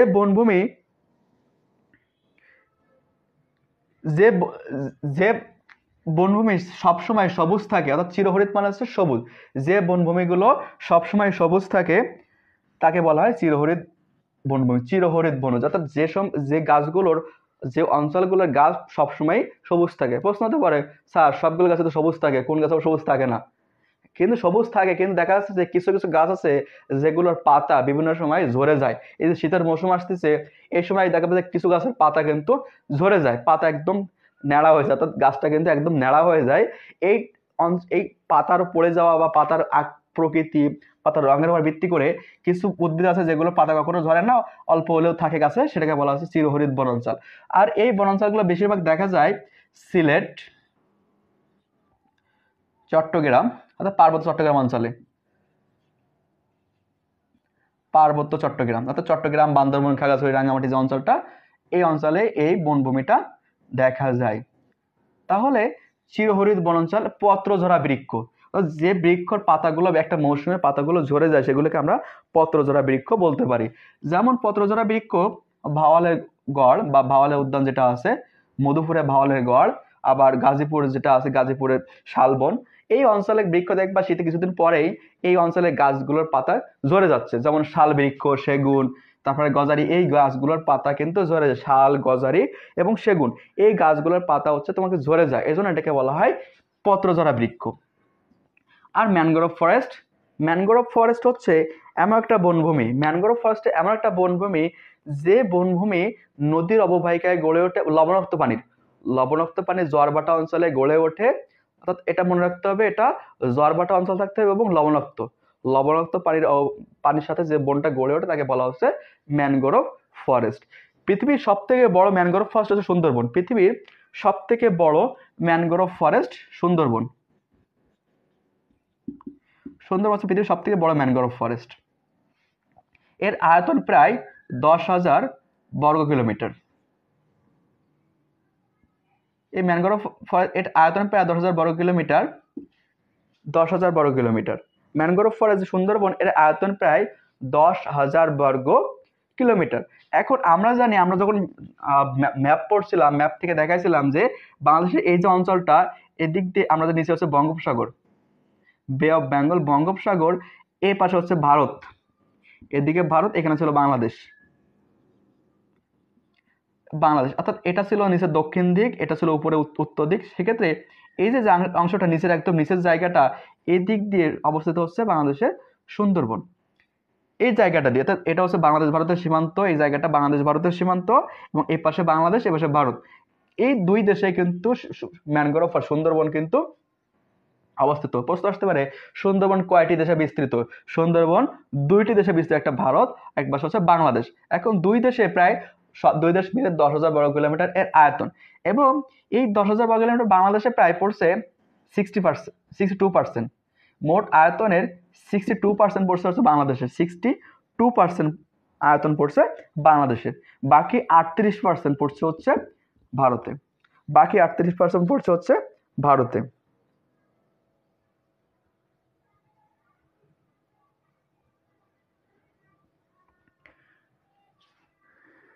আপনি সব জায়গায় অ্যাডমিশন দিতে পারবেন, এর বাইরে জিকে নাই। আপনি এগুলো জিকে পড়লে আপনি যে কোনো জায়গায়, যে শুধু নার্সিং না, ইউনিভার্সিটি ক্ষেত্রেও ইউনিভার্সিটি অফ বিসিএস কিন্তু এই কোশ্চেনগুলোই পরীক্ষায় আসে।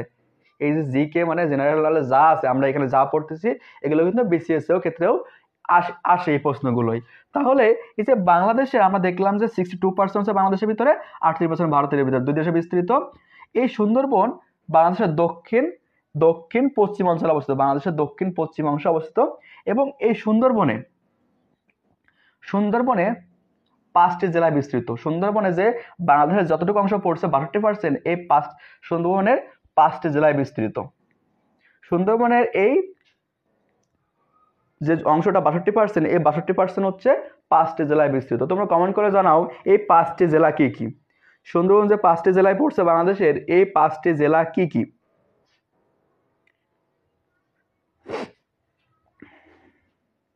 কমেন্ট করে তোমরা জানাবা সুন্দরবন এই 5টি জেলায় পড়ছে, এই 5টি জেলা কি কি?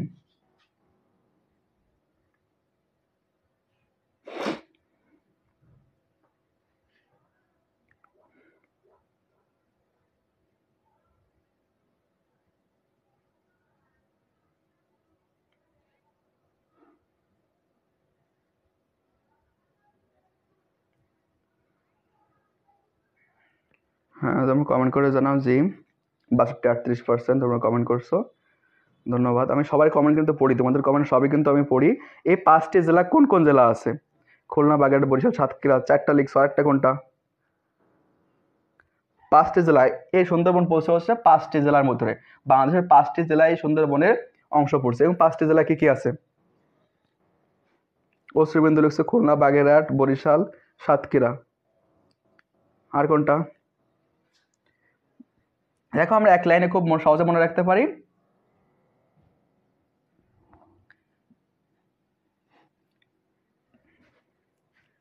লিখতে পারি, দেখো তোমরা লিখে রাখো, বাঘ সাঁতারে খুব পটু। বাঘ সাঁতারে খুব পটু। আমরা জানি বাঘ খুব সাঁতারতে পাওয়া যায়, নদীতে পার হয়ে যায়, লোকালয়ে চলে অনেক সময়। তাহলে লিখলাম বাঘ সাঁতারে খুব পটু। অর্থাৎ এই বাঘ মানে হচ্ছে বাগেরহাট, সাঁতার মানে সাতক্ষীরা, খুত হচ্ছে খুলনা, বতে হচ্ছে বরগুনা। বাঘ সাঁতারে খুব পটু, বতে হচ্ছে বরগুনা, আর পটুতে হচ্ছে পটুয়াখালী। এই 5টি জেলায় সুন্দরবন বিস্তৃত। বাংলাদেশের 5টি জেলায় সুন্দরবন অংশ বিস্তৃত। বাঘ সাঁতারে খুব পটু, বাঘ হচ্ছে বাগেরহাট, সাতক্ষীরা, খুলনা, আর বত হচ্ছে বরগুনা এবং পটুয়াখালী। এই 5টি জেলায় সুন্দরবন বিস্তৃত। বরিশাল না কিন্তু, সাতক্ষীরা, বরিশাল, বাগেরহাট লিখছো, বরিশাল কিন্তু হবে না, বরগুনা। বাঘ সাঁতারে খুব পটু, বরগুনা, বরিশাল না, বরগুনা। তার মানে তোমার লিখছো বরিশাল হবে না, এটা হবে বরগুনা হবে।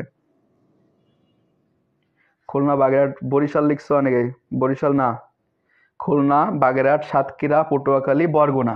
তাহলে বাগেরহাট, সাতক্ষীরা, খুলনা, বরগুনা এবং পটুয়াখালী, এই 5টি জেলা মিলে বাংলাদেশের সুন্দরবন অবস্থিত।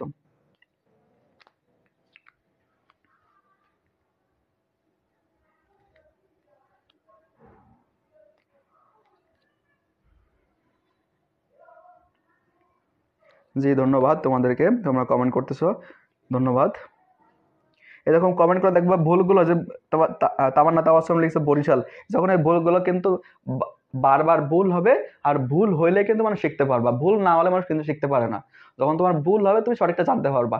এই জন্য তোমরা বারবার জিনিসগুলো প্র্যাকটিস করবা, যতবার ভুল হবে, ভুলটা আর পরবর্তীতে যেন ভুল না হয়। একবার যেটা ভুল হবে ওটা যেন পরের বার ভুল না হয়, ঠিক আছে? জি, পটুয়াখালী, বরগুনা, ওকে, ঠিক আছে। তাহলে এটা সুন্দরবন। এখন এই সুন্দরবনে থেকে আরো কিছু প্রশ্ন হয়ে থাকে, সুন্দরবনে বিভিন্ন ধরনের বৃক্ষ জন্মে, এই বৃক্ষগুলোর ভিতরে কি কি বৃক্ষ আছে? সুন্দরবনে অনেক ধরনের বৃক্ষ জন্মে, যেমন বৃক্ষগুলোর ভিতরে আছে হচ্ছে গেওয়া, গেওয়া, তারপর হচ্ছে গরান, গরান, গোলপাতা, গোলপাতা, কেওড়া, কেওড়া, উড়া, উড়া, কেওড়া, এরপর হচ্ছে গেওয়া, গরান, গোলপাতা, উড়া, সুন্দরী, সুন্দরী। এই সুন্দরী গাছের নাম অনুসারে কিন্তু সুন্দরবনের নামকরণ করা হয়, সুন্দরী। এই সুন্দরী গাছের নাম অনুসারে সুন্দরবনের নামকরণ করা হয়। এই সুন্দরী গাছটা সুন্দরবনে বিশেষদের বেশি আধিক্য, যে কারণে এটার নাম হিসাবে এটা নামকরণ করা হয় সুন্দরবন। গেওয়া, গরান, গোলপাতা, তারপর হচ্ছে কেওড়া, উড়া। এখানটার ভিতরে দেখো, এই সুন্দরী গাছ দিয়ে ব্যবহার করে খুলনা হার্ডবোর্ড মিলে প্রধান কাঁচামাল হচ্ছে সুন্দরী গাছ, হার্ডবোর্ড তৈরি করা হয়। তাহলে আমার প্রশ্ন আসতে পারে, খুলনা হার্ডবোর্ড মিলের প্রধান কাঁচামাল কি? খুলনা হার্ডবোর্ড মিলের প্রধান কাঁচামাল হচ্ছে সুন্দরী কাঠ। এই কাঠ দিয়ে হার্ডবোর্ড তৈরি করা হয়। হার্ডবোর্ড মিলের প্রধান কাঁচামাল। একইভাবে গেওয়া কাঠ খুব নরম, এটাতে দেশলাই কাঠি, দেশলাই, সরি, দেশলাই কাঠি বানানো হয়। দেশলাই যে কাঠিগুলো খুবই নরম দেখবা, দেশলাই কাঠি। এবং কাগজ, নিউজ প্রিন্ট কাগজ তৈরি করা হয়, কাগজ তৈরি করা হয়।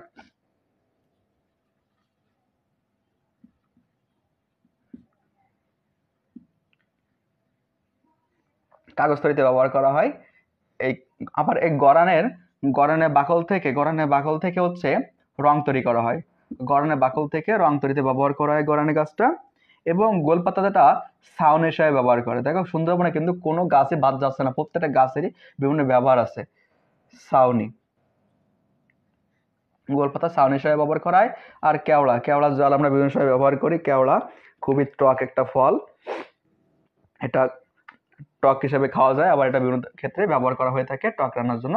আবার দেখো, এই সুন্দরবনে কিন্তু বিশেষ করে বিখ্যাত হচ্ছে বাঘ আর হরিণ, বাঘ, হরিণ এবং কুমির। এই তিনটা, বাঘ, হরিণ এবং কুমির, এই তিনটা প্রাণীর জন্য সুন্দরবন বেশি বিখ্যাত। এখানে হরিণ এবং কুমিরের পরিমাণ অনেক বেশি, বাঘের পরিমাণ অনেক কম। তারপরেও এই যে বাঘ গণনা করা হয় সুন্দরবনে, এই বাঘ গণনা করার জন্য একটা পদ্ধতি আছে, তাকে কি বলে তোমরা বলো তো? সুন্দরবনে যে বাঘ গণনা করা হয়, এই বাঘ গণনার পদ্ধতির নাম কি? দুইটা পদ্ধতি ব্যবহার করা হয়, তার ভিতরে একটা হচ্ছে বেশি পরীক্ষা আসে, যে সুন্দরবনে যে বাঘ গণনা করা হয়, এই বাঘ গণনার পদ্ধতির নাম কি? বাঘ গণনার পদ্ধতির নাম কি? বাঘ গণনার পদ্ধতির নাম কি? তোমরা একটু কমেন্ট করে জানাবা, সুন্দরবনে বাঘ গণনার পদ্ধতির নাম কি?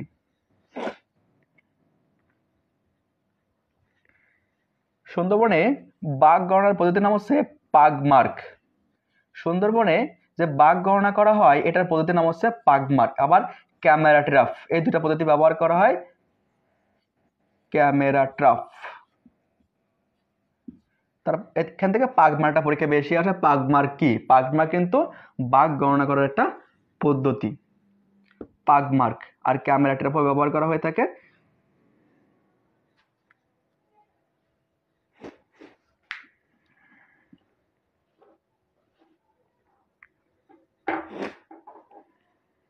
জি, ধন্যবাদ। ক্যামেরা ট্র্যাপ, ওকে। সেগুলো আমরা এখান থেকে প্রশ্ন হবে, তোমাদের এগুলো ভালো করে পড়বা। একটা দেশে আমরা জানি, ছোটবেলা থেকে পড়ে আসতেছি, একটা দেশে ফাও এর মতে, ফাও হচ্ছে ফুড অ্যান্ড এগ্রিকালচার অর্গানাইজেশন, যার সদর দপ্তর হচ্ছে রোমে, ইতালি রোম শহরে ফাও এর সদর দপ্তর। ফাও, যেটাকে আমরা লিখি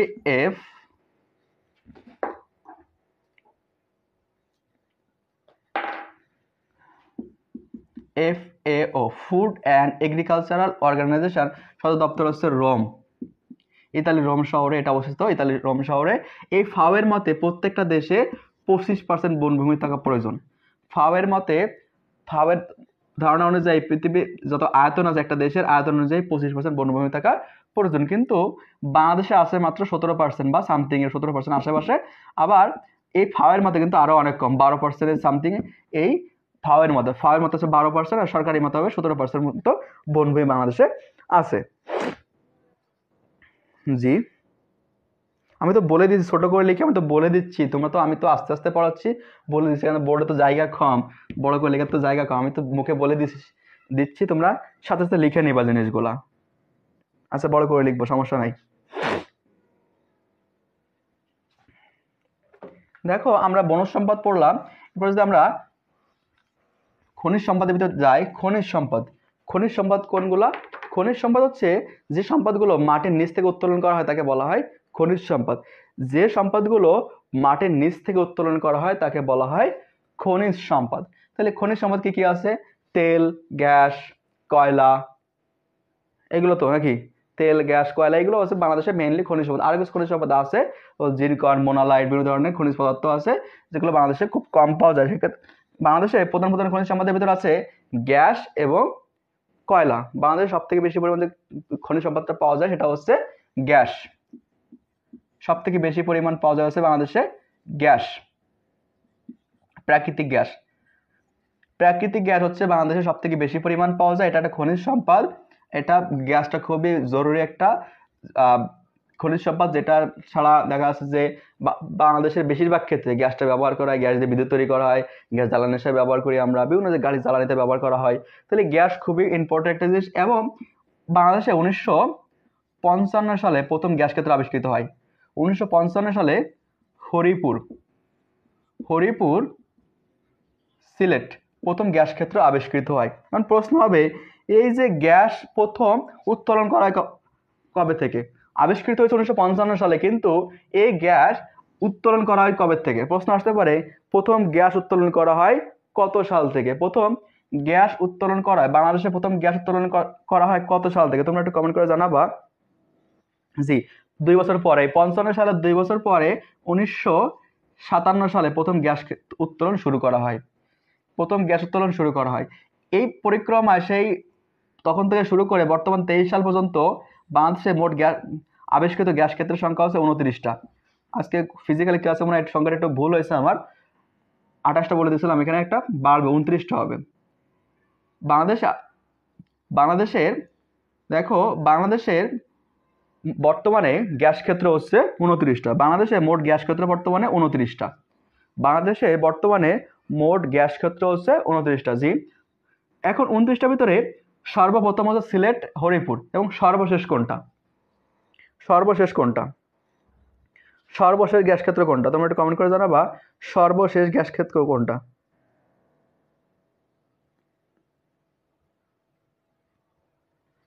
সর্বশেষ গ্যাস ক্ষেত্র কোনটা?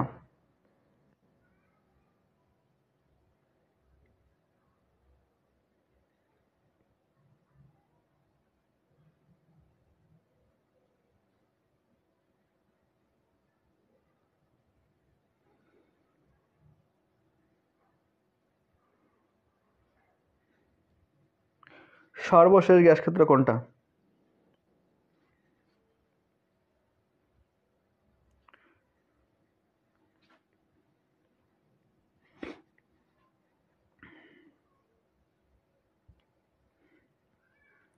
সর্বশেষ কোনটা কমেন্ট করে জানাও তোমরা। ভোলা, হ্যাঁ, ভোলায় কিন্তু গ্যাস ক্ষেত্র 2টা আছে, একাধিক আছে, সেক্ষেত্রে সর্বশেষ কোনটা হবে? ভোলার কোনটা? ভোলার কোন গ্যাস ক্ষেত্রটাকে বলা হয় সর্বশেষ গ্যাস ক্ষেত্র? 29 নম্বর যে গ্যাস ক্ষেত্রটা সেটার নাম হচ্ছে ভোলা নর্থ বা ইলিশা।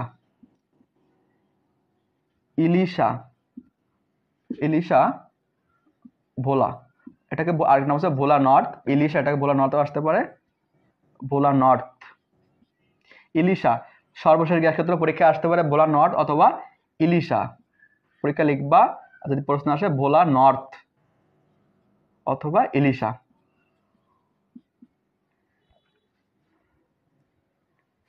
ইলিশা ভোলা, হ্যাঁ, ইলিশা ভোলা, ইলিশ মাছের সাথে মিলাই রাখবা। এটা সর্বশেষ গ্যাস ক্ষেত্র হচ্ছে ইলিশা ভোলা, 29তম গ্যাস ক্ষেত্র। এর আগে ছিল 28তম, ছিল হচ্ছে জকিগঞ্জ সিলেট। 28তম ছিল হচ্ছে জকিগঞ্জ সিলেট, হরিপুরের পাশে জকিগঞ্জ সিলেট। আর 29তম হচ্ছে বাংলাদেশের ইলিশা, ভোলা, ভোলা নর্থের কাছে, ভোলা নর্থ, হ্যাঁ ভোলা নর্থ, ইলিশা, ইলিশাটা ভালো করে মনে রাখবে, ইলিশা, পরীক্ষায় কিন্তু অপশনে ইলিশাও থাকতে পারে, এটা মনে রাখবা ভালো করে, ইলিশা।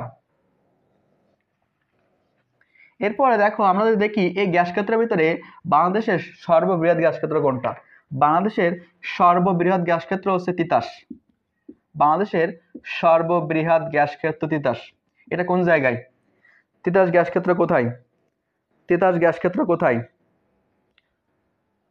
বাংলাদেশের সর্ববৃহৎ গ্যাস ক্ষেত্র হচ্ছে তিতাস গ্যাস ক্ষেত্র। এই তিতাস গ্যাস ক্ষেত্রটা কোথায় অবস্থিত?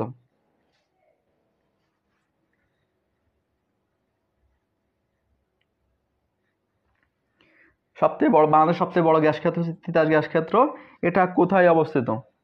29টা যে গ্যাস ক্ষেত্র আছে তার থেকে সব থেকে বড় হচ্ছে তিতাস গ্যাস ক্ষেত্র। তিতাস গ্যাস ক্ষেত্র কোথায় অবস্থিত? তিতাস গ্যাস ক্ষেত্র কোথায় অবস্থিত তোমরা কমেন্ট করে জানাও। আমি লাইভে আছি, তুমি দেখতেছি তোমরা কে কে কমেন্ট করো, তোমরা একটু জানাবা কোথায় আছে এটা। ফরিদপুর না, ফরিদপুর না, যা সিলেটে বেশি পাওয়া যায় না। এখানে তিতাস গ্যাস ক্ষেত্র কোথায় অবস্থিত? তিতাস গ্যাস ক্ষেত্র কোন জায়গায়? তিতাস গ্যাস ক্ষেত্র কোথায়? তিতাস গ্যাস ক্ষেত্র কোন জায়গায়? ব্রাহ্মণবাড়িয়া, হ্যাঁ ব্রাহ্মণবাড়িয়া, ব্রাহ্মণবাড়িয়া, ব্রাহ্মণবাড়িয়া আমরা সহজে মনে রাখতে পারি বেবাড়িয়া। ব্রাহ্মণবাড়িয়ার লোকজন কিন্তু ব্রাহ্মণবাড়িয়াকে বেবাড়িয়া বলে বেশি সম্বোধন তারা এটা বেবাড়িয়া বলতে বেশি পছন্দ করে থাকে। তো এটা আমরা পড়তে পারি ব্রাহ্মণবাড়িয়া, ব্রাহ্মণবাড়িয়া। বাংলাদেশের সবচেয়ে বড় গ্যাস ক্ষেত্র হচ্ছে ব্রাহ্মণবাড়িয়া, ব্রাহ্মণবাড়িয়া। এই ব্রাহ্মণবাড়িয়া তিতাস, এই তিতাসের একটা নদীর নাম, কিন্তু এই নদীর নামে এই গ্যাস ক্ষেত্রের নামকরণ করা। তিতাস একটা হচ্ছে নদীর নাম, তিতাস একটা নদী যেটা ব্রাহ্মণবাড়িয়ার পাশ দিয়ে প্রবাহিত, তিতাস নদী, এটা হচ্ছে নদী। এই নদীর নামে এটা নামকরণ করা হয়েছে। আবার এই তিতাস নদীর নামে একটা উপন্যাস আছে, তার নাম হচ্ছে তিতাস একটি নদীর নাম। দেখো এই তিতাসকে কেন্দ্র করে একটা উপন্যাস লেখা হয়েছে, তার নাম হচ্ছে তিতাস একটি নদীর নাম। এই উপন্যাসটা পরীক্ষা আসে, তিতাস একটি নদীর নাম উপন্যাসটা রচয়িতাকে। তিতাস একটি নদীর নাম, তিতাস একটি নদীর নাম এই উপন্যাসটা রচয়িতাকে অদ্বৈত, অদ্বৈত মল্লবর্মণ, মল্লবর্মণ, অদ্বৈত মল্লবর্মণ। দেখো যদি বুঝতে না পারে আমি বড় করে লিখি, অদ্বৈত মল্লবর্মণ,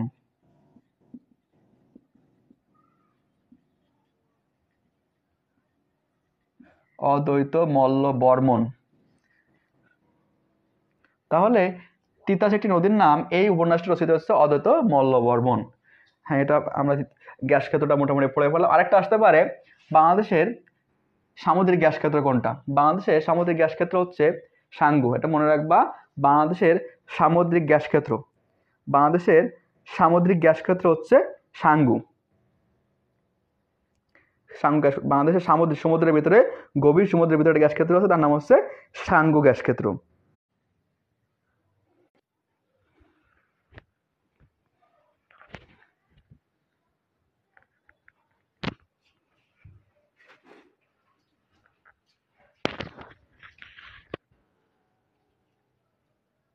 ঠিক আছে।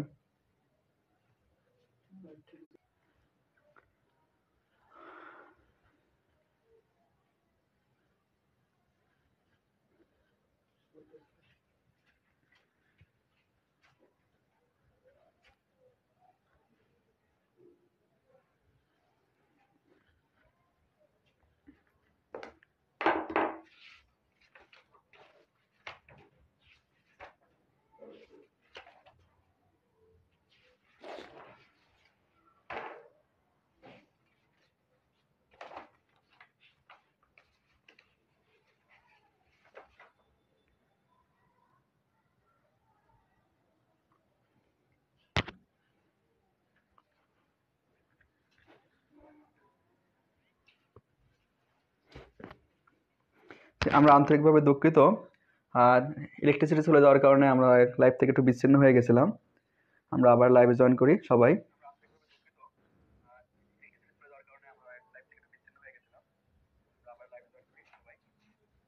দেখো আমরা ছিলাম হচ্ছে ৮৩টি নদীর নাম আমরা পড়লাম, একটা উপন্যাস। এখন এই আর পড়তেছিলাম হচ্ছে সাঙ্গু গ্যাস ক্ষেত্রটা হচ্ছে সামুদ্রিক গ্যাস ক্ষেত্র, এটা পরীক্ষা আসতে পারে। সাঙ্গু হচ্ছে সামুদ্রিক গ্যাস ক্ষেত্র। এরপরে আমরা যদি দেখি বাংলাদেশে আর কিছু খনিজ সম্পদের ভিতরে আছে কয়লা।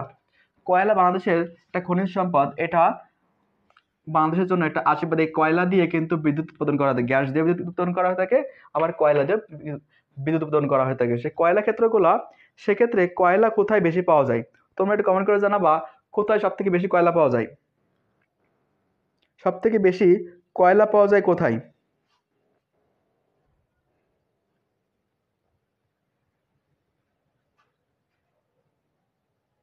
বাংলাদেশে প্রথম কয়লা কোথায় উৎপাদন করা হয়েছিল? বাংলাদেশের, যে কমেন্ট করে তোমরা জানাও, বাংলাদেশের প্রথম কয়লা খনি কোনটা? বাংলাদেশের প্রথম কয়লা খনি কোনটা? দেখো বাংলাদেশের প্রথম কয়লা খনি হচ্ছে প্রথম কয়লা খনি, প্রথম কয়লা খনি, বাংলাদেশের প্রথম কয়লা খনি হচ্ছে বড়পুকুরিয়া, বড়পুকুরিয়া কয়লা খনি, বড়পুকুরিয়া কয়লা খনি, দিনাজপুর, বড়পুকুরিয়া দিনাজপুর।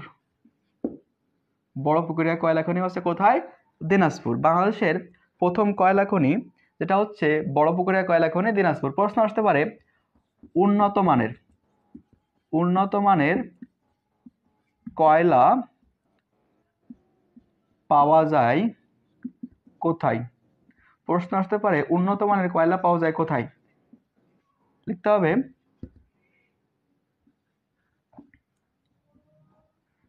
জামালগঞ্জ, জামালপুর না কিন্তু, জামালগঞ্জ। উন্নত মানের কয়লা পাওয়া যায় জামালগঞ্জ, জয়পুরহাট। আর কয়লা দিয়ে কিন্তু বিদ্যুৎ, কয়লাকে পুড়িয়ে বিদ্যুৎ উৎপাদন করা হয়ে থাকে।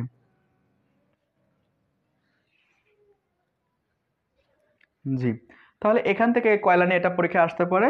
এটা হচ্ছে কয়লার পরীক্ষা বেশি আসে। আবার কয়লার থেকে পাওয়া যায় বিটুমিন, এখান থেকে পরীক্ষা আসতে পারে। সেক্ষেত্রে আমরা জানবো হচ্ছে কয়লা, কয়লা প্রথম কয়লা খনি হচ্ছে বড়পুকুরিয়া, দিনাজপুর। এবং উন্নত মানের কয়লা পাওয়া যায় হচ্ছে, উন্নত মানের কয়লা পাওয়া যায় জামালগঞ্জ, জয়পুরহাট। এটা পড়বা। এরপর হচ্ছে আমরা যদি দেখি বাংলাদেশে, বাংলাদেশে যে সার কারখানাগুলো আছে, বাংলাদেশের কৃষির ক্ষেত্রে ভূমিকা রাখে কীটনাশক বা সার কারখানাগুলো, এই সার কারখানার ভিতরে পরীক্ষা আসতে পারে বাংলাদেশ সবথেকে বড় সার কারখানা কোনটি? বাংলাদেশের সব থেকে বড় সার কারখানা কোনটি?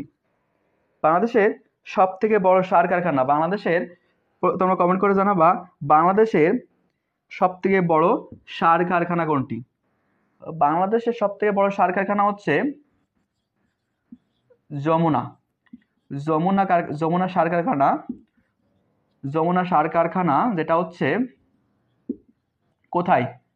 যমুনা সার কারখানা কোথায়? যমুনা, যমুনা কোথায়? যমুনা সার কারখানা হচ্ছে জামালপুর,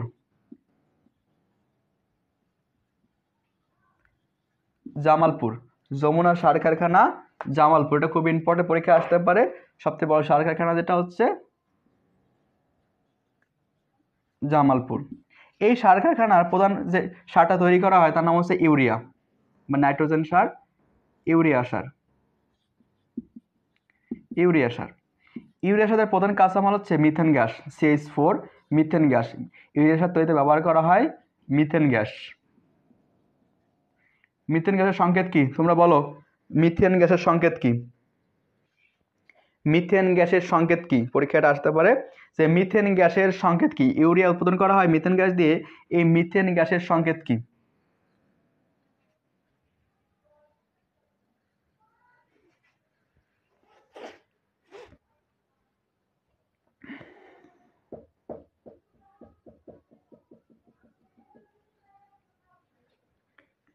মিথেন গ্যাসের সংকেত কি? মিথেন গ্যাস,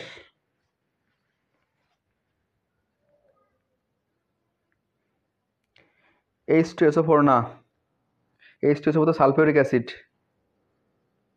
অমর ফারুক, H2SO4 তো সালফিউরিক অ্যাসিড। মিথেন গ্যাসের সংকেত কি? মিথেন গ্যাসের সংকেত কি? ওমর ফারুক লিখছো H2SO4, H2SO4 না, H2SO সালফিউরিক অ্যাসিড,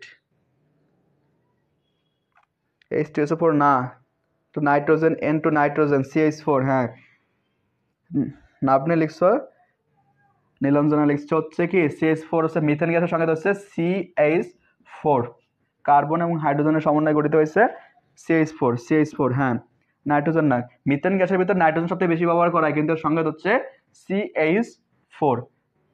মিথেন গ্যাসের ভিতরে সব থেকে বেশি পরিমাণ থাকে হচ্ছে নাইট্রোজেন, আর মিথেনের সংকেত হচ্ছে CH4। ইউরিয়া সারের ভিতরে নাইট্রোজেনের ব্যবহার করা হয়, তাহলে মিথেন গ্যাসের সংকেত হচ্ছে CH4। ওকে, ঠিক আছে, আমরা যতটুকু পড়লাম এখান থেকে আশা করি এখান থেকে অনেকগুলো কোশ্চেন কমন মানে পরীক্ষা আসার মতো অনেকগুলো কোশ্চেন আছে। আবার এখান থেকে আরো কিছু কোশ্চেন আমরা আজকে লেকচারে কিছু কোশ্চেন বাকি আছে হচ্ছে নদী তীরবর্তী শহরগুলো, যেমন ঢাকা কোন নদীর তীরে অবস্থিত, পরীক্ষা আসতে পারে ঢাকা কোন নদীর তীরে অবস্থিত, ঢাকা হচ্ছে বুড়িগঙ্গা তীরে অবস্থিত, নারায়ণগঞ্জ শীতলক্ষা। এইভাবে যে পয়েন্টগুলো আছে যেমন আমরা আগেই পড়ছিলাম লেকচার 1-এ যেগুলো দেখাই দিয়েছিলাম আমরা যে বগুড়া বা করতোয়া বা মহাস্থানগড় এটা হচ্ছে কিন্তু করতোয়া নদীর পাশে, বগুড়া বা মহাস্থানগড় এটা কিন্তু করতোয়া নদীর পাশে। এইভাবে যে প্রশ্নগুলো আছে পরীক্ষায় তোমাদের সিটে দেওয়া আছে, দেখে এখান থেকে বিশেষ করে বড় বড় শহরগুলো ময়মনসিংহ, সিলেট, তারপর হচ্ছে তোমার ঢাকা, চট্টগ্রাম, খুলনা, এই যে বড় বড় শহরগুলো আছে টুঙ্গিপাড়া বা গোপালগঞ্জ, পরীক্ষা আসতে পারে। গতবারে কিন্তু আসছিল যে গতবার নার্সিং আসছিল টুঙ্গিপাড়া কোন নদীর তীরে, টুঙ্গিপাড়া কিন্তু মধুমতি নদীর তীরে, টুঙ্গিপাড়া কিন্তু মধুমতি নদীর তীরে, টুঙ্গিপাড়া বা গোপালগঞ্জ মধুমতি নদীর তীরে পড়বে এটা। এরপরে খুলনা হচ্ছে রূপসা নদীর তীরে, আবার চট্টগ্রাম কর্ণফুলী নদীর তীরে, তারপরে তোমার রাজশাহী পদ্মা নদীর তীরে। এইভাবে যে বড় বড় শহরগুলো আছে শীট দেখে পড়ে নেবা। আশা করি এখান থেকে সমস্যা থাকার কথা না। যদি কোনো কোশ্চেনের সমস্যা থাকে অবশ্যই তোমরা কমেন্ট করে জানাবা, জানার কিছু থাকলে অবশ্যই জানাবা। তোমাদের যদি আজকে পড়ানোর বাইরেও কোনো কোশ্চেন জানার থাকে অবশ্যই তোমরা আগামী 2 মিনিট কমেন্ট করে জানাবা।